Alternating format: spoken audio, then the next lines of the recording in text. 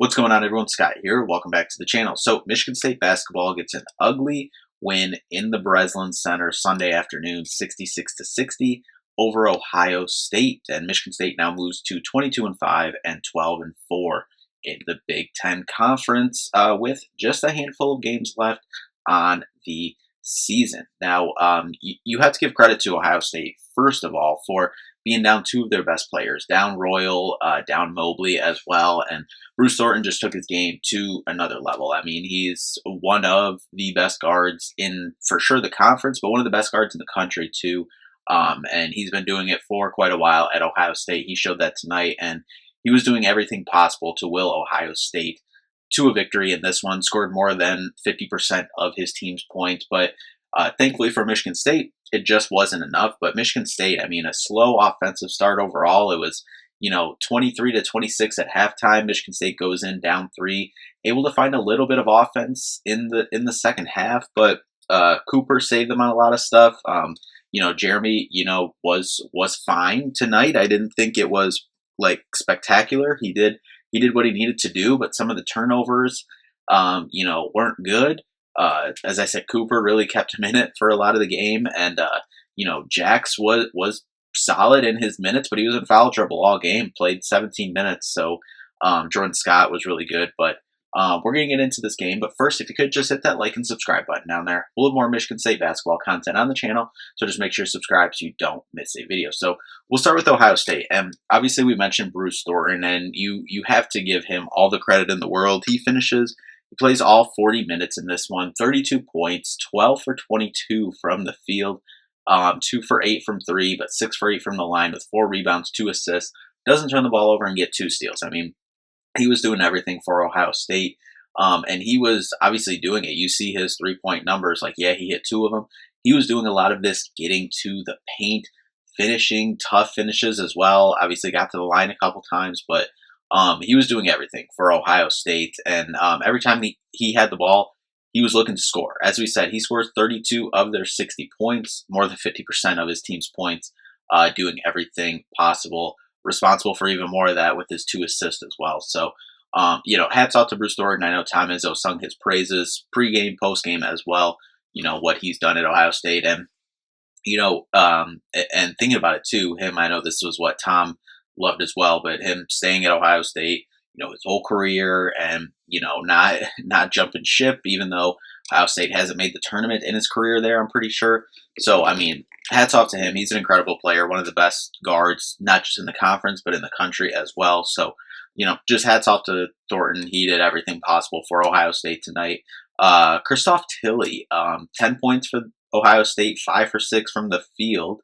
0 for 3 from the free throw line, which was good, but 8 rebounds, had an assist, 2 steals, and a block as well. He was him and Bruce Thornton were essentially the whole offense in this one, both of them combining for 42 of their 60 points. Rounding out the starting lineup, Tayson Chapman added 5 points, 3 rebounds, 3 assists. Amari Bynum, 0 points, 0 for 5 from the field overall, 2 rebounds. And then Puff Johnson, I don't understand how he's still in college. This has to be like a 7th or 8th year, but 2 points, 0 for 4 from the field. Was in foul trouble. Chapman was in foul trouble as well, so was Bynum. Then off the bench, Colin White was in foul trouble as well, but he got 3 points. He got a 3-pointer to go with 4 rebounds. Ivan Nagovin, no, I said that wrong, but he was 2 for 2 from the field, 2 for 2 from the line for 6 points with 3 rebounds. Gabe Cupps got a field goal to go for 2 points, but overall, we kind of said coming in that for Michigan State, you wanted to dominate on the glass, and you did that in this one. That we talked about how Ohio State had a solid assist-to-turnover ratio, 8 assists compared to only 6 turnovers. Solid there. So overall, it wasn't a fantastic offensive game by Ohio State, and as you would expect, down 2 of their top, 3 players. But overall, Michigan State, give them some credit defensively on some stuff, but some stuff was not good defensively either. But Tom will be the first to say that. He said we didn't do some of the stuff we needed to defensively, or we talked about defensively. But again, overall as a whole for Ohio State, hats off to Bruce Thornton. I mean, he had an incredible game, and is an incredible player overall. But we'll go over to Michigan State now, and off the bench, Trey Fort, 4 minutes, couldn't get a shot to go. Jesse McCullough, 4 minutes, couldn't get a shot to go either. Denim Wojcik, he played 5 minutes in this one, had a rebound, 2 assists, as well. I thought he was okay in his minutes, and if he's playing, I think if he's playing that 5 to 7 minutes a game and he does that, I think the biggest thing for him is, not turning the ball over, kind of what we talked about with Denham here is, not turning the ball over and kind of not having a minus next to your plus minus. You want to keep the possession. Say if Denham comes in and it's a 4-point game, you want to keep it a 4-point game. If you can like extend that lead, maybe, but you don't want to give up that lead, right? So I think that's mainly what I'm looking for out of Denham minutes for the rest of the regular season, for tournament time and everything. And so with that, I thought he was solid tonight, in his 5 minutes. But off the bench, Kurt Hang, 23 minutes, 5 points, 2 for 9 from the field, 1 for 5 from 3 with a rebound and assist as well. Cam Ward, 15 minutes, 4 points, 1 for 3 from the field, 2 for 4 from the line, 4 rebounds. I thought Cam was solid.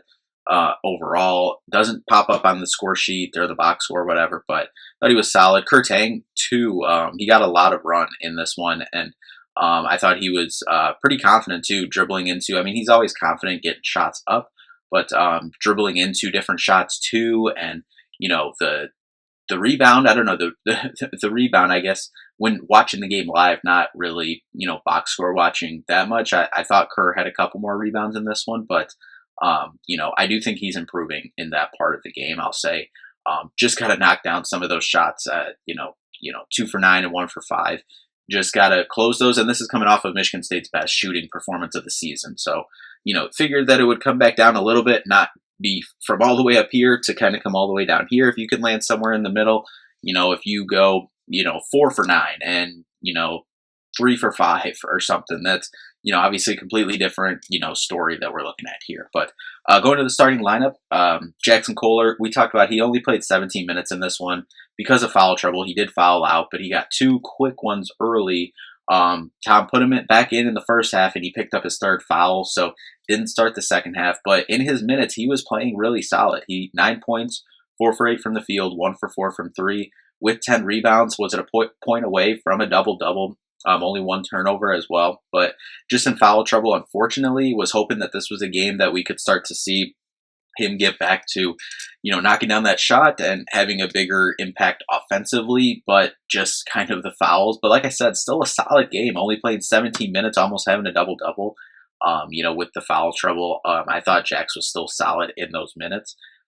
Jordan Scott, again, in a start, 31 minutes, 12 points, 4 for 7 from the field, 1 for 2 from 3.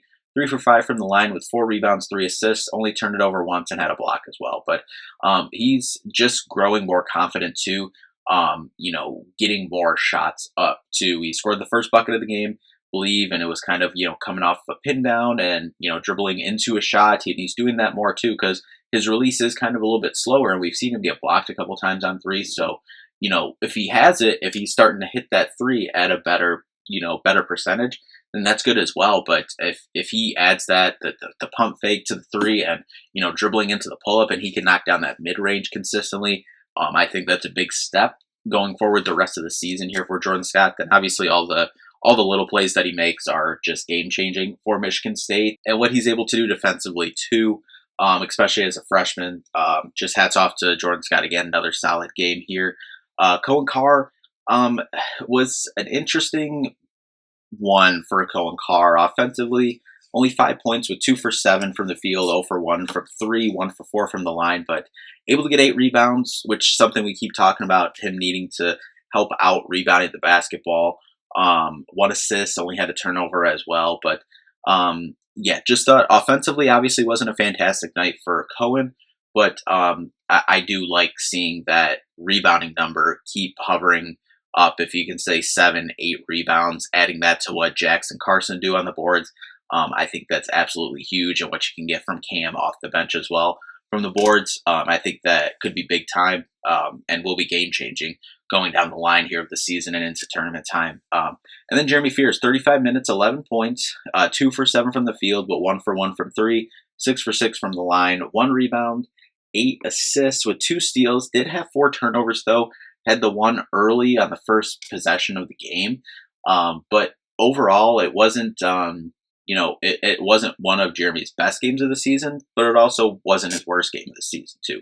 He still was, 2 assists away from a triple or from a double double, and he made all the plays that Michigan State needed to win this game.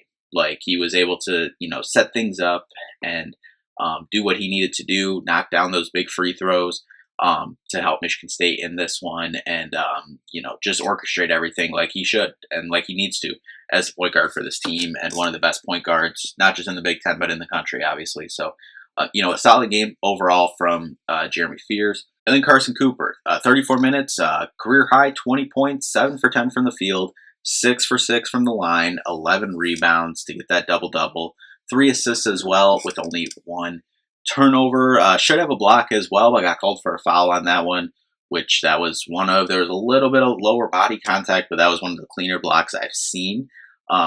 Yes, there was a little body contact down low, but that should have been a clean block in my opinion. But Carson, he kept us in the game for a lot of the game. When Ohio State played a lot of zone in this one, and he was confident in just catching, raising, and hitting those mid-range shots. He did some good stuff down low as well, finishing at the basket, being patient, pump faking, going up strong, finishing off the glass. So big game for Carson Cooper, second to last game. Him and Jax and Trey too. All of their second to last game here in the Brez. Denham as well, but obviously Carson and Jax being here for 4 years, and for Carson to have a career high second to last home game in the Breslin. Big night for Carson, and happy for him overall. And we obviously don't win this game without Carson, and that game is, maybe a lot. That first half looks a lot worse without Carson hitting some of those shots. So shout out to Carson. I know Izzo said it post game too, but yep, he had his numbers, but some of the defensive stuff and some of the other stuff, it wasn't perfect. So, but you can really say that about the whole team. Like, yes, teams, like, players still have to get numbers, and it can still not be perfect. But overall, solid night, career high, obviously, for Carson Cooper from the points perspective. But overall, to do that, your second to last game in the Breslin Center to help secure this win, absolutely huge. So happy for Carson in that one. And just looking over the team stats from both sides, 44% for Ohio State, 40 for Michigan State. Just could not buy any buckets when you look at 3-point range too. Ohio State 4 for 22 for 18%, 4 for 15 for Michigan State, 27%. Ohio State just shot a few more there. 10 for 17 for 59% from Ohio State. Shout out to the Brickin' for Chicken. 18 for 25, 72% for Michigan State. That was a key there. 26 rebounds for Ohio State, 43 for Michigan State. That was something we talked about coming into the game. Ohio State, 237th in rebounds per game coming in. Wanted to dominate on the glass in this one. 4 offensive for Ohio State, 15 for Michigan State, creating those second chances. Defensive rebounds, 22 to 28, Michigan State. Only 8 assists for Ohio State, 18 for Michigan State. On 22 made baskets too. That's huge. And then 5 steals compared to 2 for Michigan State, 2 blocks apiece. 6 turnovers for Ohio State, only 10 for Michigan State. So solid overall in terms of turnovers. Points off turnovers, 8 for Ohio State, 4 for Michigan State. 5 fast break points compared to 9 for Michigan State. And Ohio State did dominate in the paint. A lot of that was Bruce Thornton. Like his 32, a lot of them, he had 2 3-pointers, but a lot of them came down, getting downhill and in the paint. 34 points for Ohio State, 26 for Michigan State. And I see this here, so we'll talk about it. Ohio State had a lead of 6 at one point. Michigan State had their lead up to 10 at one point, but turned out to be a 6-point win for Michigan State. But there was the weird double technical on Jeremy, and I forget who it even was on for Ohio State. I think it was Colin White or Gabe Cups. I think it might have been Gabe Cups that it was on, but it was very weird. They were sitting at the free throw line. I don't know if they were talking or what? It looked like, from my perspective where I was sitting at in the arena, it looked like he was just, the Ohio State guy was just telling his team, like, hey, like, because Michigan State draws a lot of free throw, free throw lane violations. And it looks like he was just saying, like, hey, when he shoots it, he, like, goes up, like, was just telling him his routine so they don't get another thing. And I don't know if Jeremy said something to him too, or like whatever, or if maybe some talking had been going on, like throughout, but both of them to get teed up, I don't like, not to, obviously we're Michigan State, like, Michigan State fans here, like, not to defend anything Ohio State did, but I didn't see anything Jeremy did. I didn't see anything that the Ohio State kid did too. So that was kind of weird. I'll have to go back on the TV copy to, recording to see that one. But yeah, that one was weird overall. But yeah, overall, I mean, an absolutely ugly game. And at this time of year, you take any win you can get. An ugly win is, better than an ugly loss. So, you take it, you get a win. You go 2-0 this week, and both of these games were at home. Now you got 2 games this upcoming week on the road, going to West Lafayette and Purdue, playing at Mackey. Going to be a tough environment, always is. I don't think we've won there since 2014. And then you go to Bloomington and play Indiana on Sunday. 2 tough places to play overall, and definitely still a lot to play for. It seems like, and we've been kind of talking about it, but the Big Ten regular season race is probably decided. I think the school down the road can officially decide it on Tuesday. But like I've said for like a week or two now, if you can somehow back into playing for a share of it on the last day of the season, that's fantastic. But the biggest thing now is securing that top 4 seed in the Big Ten tournament. Right now you're tied with Purdue, who you play Thursday, and Nebraska as well. So you have that head-to-head with Purdue. If you can get that win, if Nebraska can slip up and you can try to secure yourself moving up, you obviously have the win over Illinois. They have 4 losses as well, so still a lot to play for. And with some help, you could potentially move up even more in the standings. But for sure, securing that top 4 seed, and if you can get some of these big wins starting Thursday, if when the bracket came out, or the where the top 16 are right now, it's top 4 seeds. Michigan State was a 4, moving up to a 3. And if regular season, if you can move off that 4 line up to a 3, that would be fantastic. If you can make some noise in the Big Ten tournament, possibly sneak into one of the last 2s, that would be even better. So still a lot to play for, a lot to clean up overall, obviously, from this game too, for over the next couple days before heading to Mackey to play Purdue. But yeah, overall, like I said, ugly win, but still, you'll take an ugly win over an ugly loss, especially at this time of year. But anyway, that'll do for this one. We will be back with a preview for the Purdue game later on this week. So thank you all so much for watching. We'll see you in the next one. Peace out.